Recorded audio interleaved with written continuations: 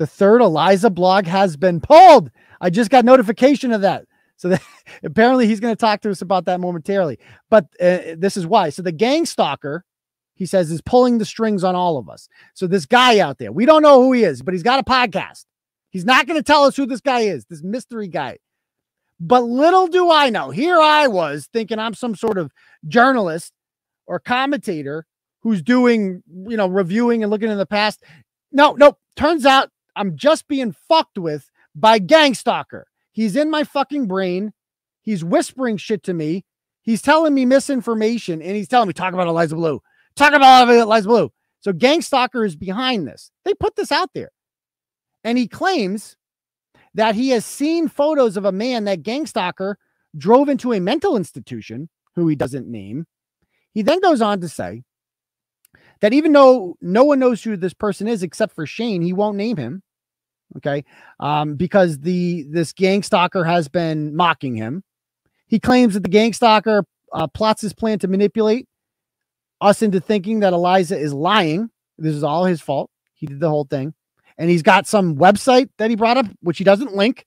We're just supposed to assume it's real. He says that the Gangstalker is making Eliza look like a liar in order to make Elon look bad. So it's all part of the plan to make Elon look bad. Then he rants about the Gangstalker's elaborate deception campaign. And like I said, this is the kind of shit that I used to hear in freshman dorm rooms when we were taking bong rips in 2001. This is the kind of shit like, oh man, bro, like, what if there's just like the Gangstalker and like he's like messing with our brains, bro, and like telling us it's all just a psyop. This is what a grown man who calls him a journalist put on fucking paper, and Timcast allowed this to be published on his site. So anyway, it goes on and on. Read the Twitter thread if you haven't already, that we've all participated in this. We got the Gangstalker. We got him. We found him. He's doxed himself today. And he is, I believe that he's going to tell us, I'm guessing he has some sort of explanation. He said he spoke with Shane today. So he goes by Defango, and we're going to bring Defango on right now. How you doing, Defango? Pretty good, man. How are you today? Good, thank you.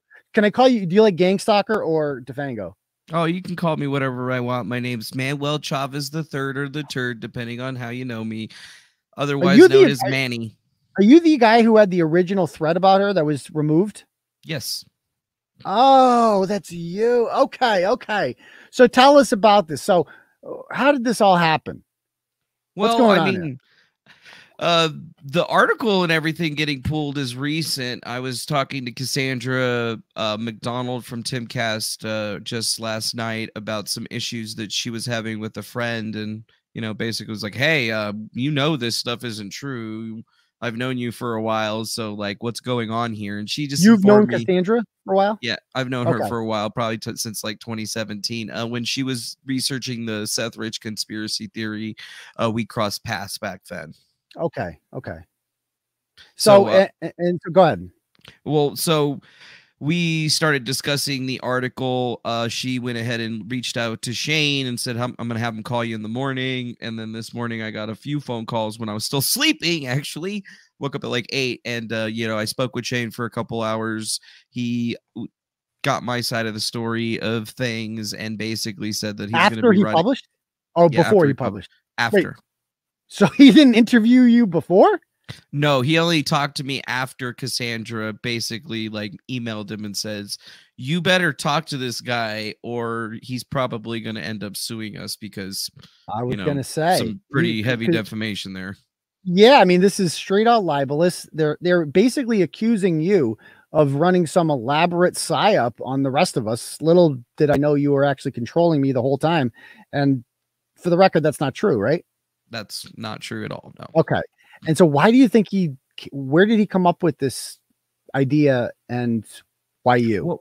Well, the reason that he came up with this idea seems that back in 2017, I used to solve puzzles, namely with something called Cicada 3301. And by solving that puzzle, I was introduced to this group of people that were offering to give me a job with their company. That company was the Shadow Box company. And what Shane didn't tell everybody is that I'm actually the whistleblower that exposed the company, released all of the documents, because that was actually not a website.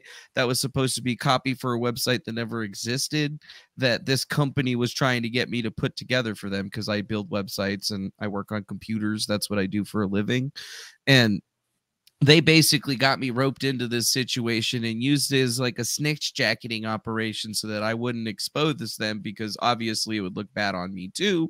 But I kind of didn't really care about that, because obviously I'm not a bot master. I don't have like super mind control powers or anything like that.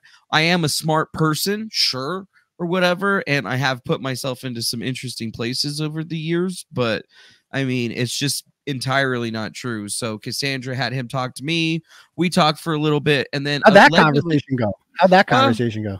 I think it went all right. I mean, he seemed like a nice individual. He definitely had the wrong idea about me, but you know, I've had this kind of reaction from many reporters over the years researching this stuff, because they think I'm some kind of like evil genius or something, and they just don't understand that I'm the person that came out with all this stuff to, you know, alert people. And then when I came out with this stuff, that's why the Seth Rich lawsuit started, is because those lawyers finally figured that they had something that they could actually go on.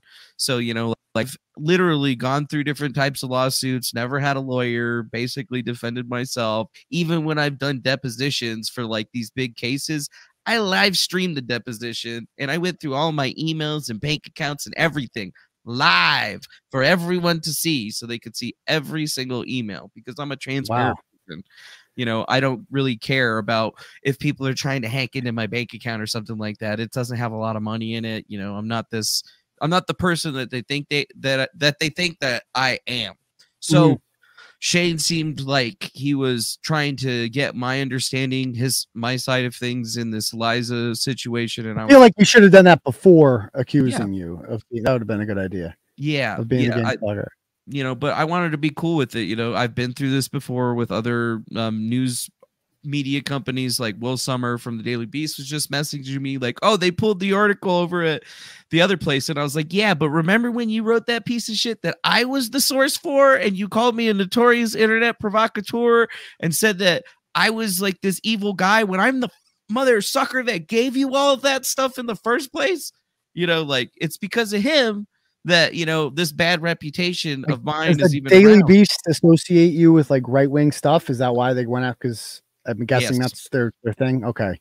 Yeah. And now they're interested. I mean, I will say this, like the Daily Beast does have higher journalistic standards clearly than Timcast, which will publish anything, apparently, like anything. When I read this, I'm like, this is a child could write this. This is a freaking joke. I'd be embarrassed to have this on my website.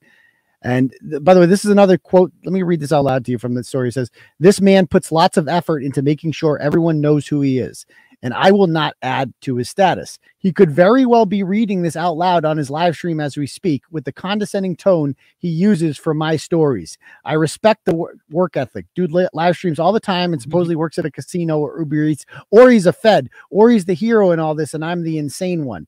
Do you talk about him on your podcast? Oh yeah, we would read the entire stream. We go through the entire threads and stuff like that every day. What threads?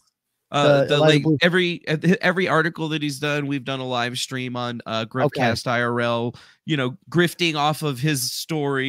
Is that that's your YouTube channel, is Griffcast IRL? Yes, Griffcast IRL. Yes. Oh, so you changed it. You changed it in response to this.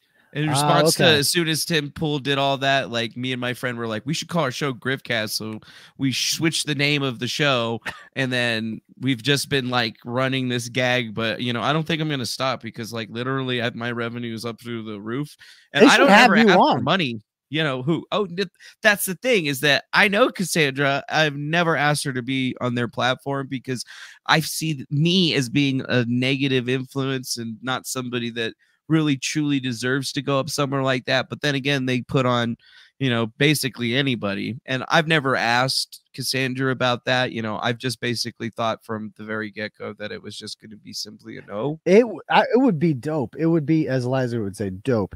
If there was just an episode where, like, and I'm talking millions of views they would get, if it was you and Brittany Venti and Jeremy from the Quartering and Eliza wouldn't show up, but they should invite her anyway, and just hash it all out. That would be like I don't know why Tim wouldn't do that. It would be easily his highest rated episode of all time. He doesn't like drama, I guess. I mean, I Come don't know on. what his beef is with me. I made some thumbnails. This isn't drama. He had this Murphy isn't drama. beard.